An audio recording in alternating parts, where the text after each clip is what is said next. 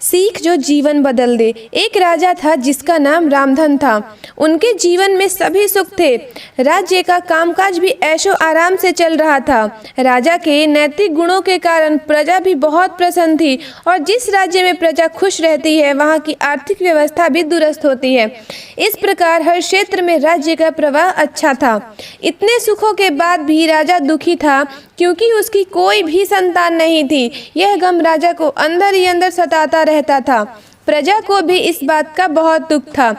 वर्षों के बाद राजा की यह मुराद पूरी हुई और उसे एक पुत्र की प्राप्ति हुई। पूरे नगर में कई दिनों तक जश्न मना। नागरिकों को राजमहल में दावत दी गई। राजा की इस खुशी में प्रजा भी झूम रही थी। समय बीतता जा रहा था। राजकुमार का नाम नंदन सिंह रखा गया। पूजा पाठ एवं इंतजार के बाद राजा को संतान प्राप्त हुई थी, इसीलिए उसे बड़े लाड प्यार से रखा जा रहा था। लेकिन अति किसी बात की अच्छी नहीं होती। अधिक लाड से नंदन सिंह को बहुत बिगाड़ दिया था। बचपन में तो नंदन की सभी बातें दिल को लुभाती थी, पर बड़े होते होते यही बातें बदतमीजी लगने लगती है। नंदन बहुत ज़्यादा जिद्दी हो गया था। उसके मन में अहंकार आ गया था। वो चाहता था कि प्रजा सदैव उसकी जय जयकार करे, उसकी प्रशंसा करे। उसकी बात ना सुनने पर वो कोलाहल मचा देता था। बेचारे सैनिकों को तो वो पैर की जूती ही समझता था। आए दिन उसका प्रकोप प्रजा पर उतरने लगा था। वो खुद को भगवान के समान पूजता देखना चाहता था। आयु तो बहुत कम थी, लेकिन अहम कई गुना बढ़ चुका था। नंदन के इस व्यवहार से सभी बहुत दुखी थे। प्रजा आए दिन दरबार में नंदन की शिकायत लेकर आती थी, जिसके कारण राजा का सिर लज्जा से झुक जाता था। यह एक गंभीर विषय बन चुका था। एक दिन राजा ने सभी खास दरबारियों एवं मंत्रियों की सभा बुलवाई और उनसे अपने दिल की बात कही कि वे राजकुमार के इस व्यवहार से अत्यंत दुखी हैं। राजकुमार इस राज्य का भविष्य है। अगर उनका व्यवहार यही रहा तो राज्य की खुशहाली चंद दिनों में ही खत्म हो जाएगी। दरबारी राजा को सांत्वना देते हैं और कहते हैं कि आप हिम्मत रखें, वरना प्रजा निस्सहाय हो जाएगी। मंत्री ने सुझाव दिया कि राजकुमार को एक उचित मार्गदर्शन एवं सामान्य जीवन के अनुभव की जरूरत है। आप उन्हें गुरु राधा गुप्त के आश्रम भेज दीजिए। सुना है वहाँ से जानवर भी इंसान बनकर निकलता है। यह बात राजा को पसंद आई और उसने नंदन को गुरुजी के आश्रम भेजा। अगले दिन राजा अपने पुत्र के साथ गुरुजी के आश्रम पहुंचे। राजा ने गुरु राधा गुप्त के साथ अकेले में बात की और नंदन के विषय में सारी बातें कही। गुरुजी ने राजा को आश्वस्त किया कि वे जब अपने पुत्र से मिलेंगे तब उन्हें गर्व महसूस होगा। गुरुजी के ऐसे शब्द सुनकर राजा को शांति महसूस हुई और वे सहर्ष अपने पुत्र को आश्रम में छोड़कर राजमहल लौट गए। अगले दिन सुबह गुरु के खास चेले द्वारा नंदन को भिक्षा मांगकर खाने को कहा गया, जिसे सुनकर नंदन ने साफ इनकार कर दिया। चेले ने उसे कह दिया कि अगर पेट भरना है तो भिक्षा मांगनी होगी और भिक्षा का समय शाम तक ही है, अन्यथा भूखा रहना पड़ेगा। नंदन ने अपनी अकड़ में चेले की बात नहीं मानी और शाम होते उसे भूख लगने लगी, लेकिन उसे खाने को नहीं मिला। दूसरे दिन उसने भिक्षा मांगना शुरू किया। शुरुआत में उसके बोलने के कारण उसे कोई भिक्षा भी नहीं देता था, लेकिन गुरुकुल में सभी के साथ बैठने पर उसे आधा पेट भोजन मिल जाता था। धीरे धीरे उसे मीठे बोल का महत्व समझ आने लगा और करीब 1 महीने बाद नंदन को भर पेट भोजन मिला, जिसके बाद उसके व्यवहार में बहुत से परिवर्तन आए।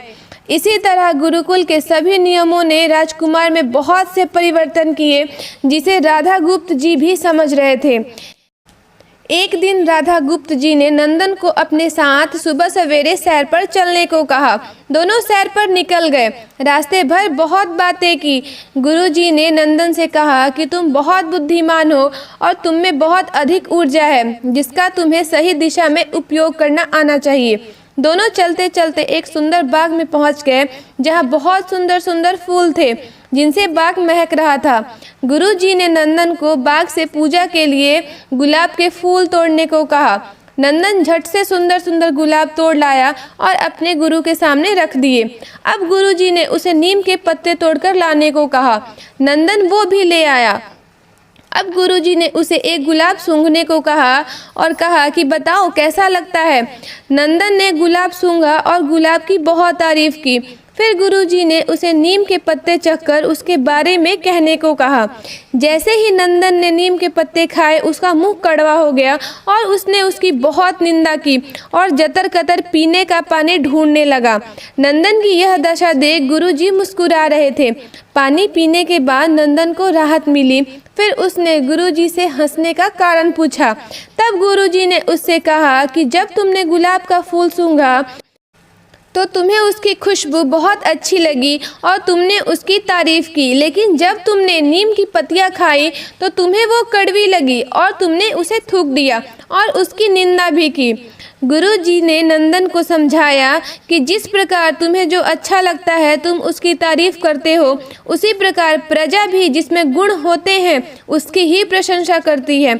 अगर तुम उनके साथ दुर्व्यवहार करोगे और उनसे प्रशंसा की उम्मीद करोगे तो वे यह कभी दिल से नहीं कर पाएंगे। इस प्रकार जहाँ गुण होते हैं वहाँ प्रशंसा भी होती है। नंदन को सभी बातें विस्तार से समझ आ जाती हैं और वो अपने महल लौट जाता है। नंदन में बहुत परिवर्तन आता है और वो बाद में एक सफल राजा बनता है।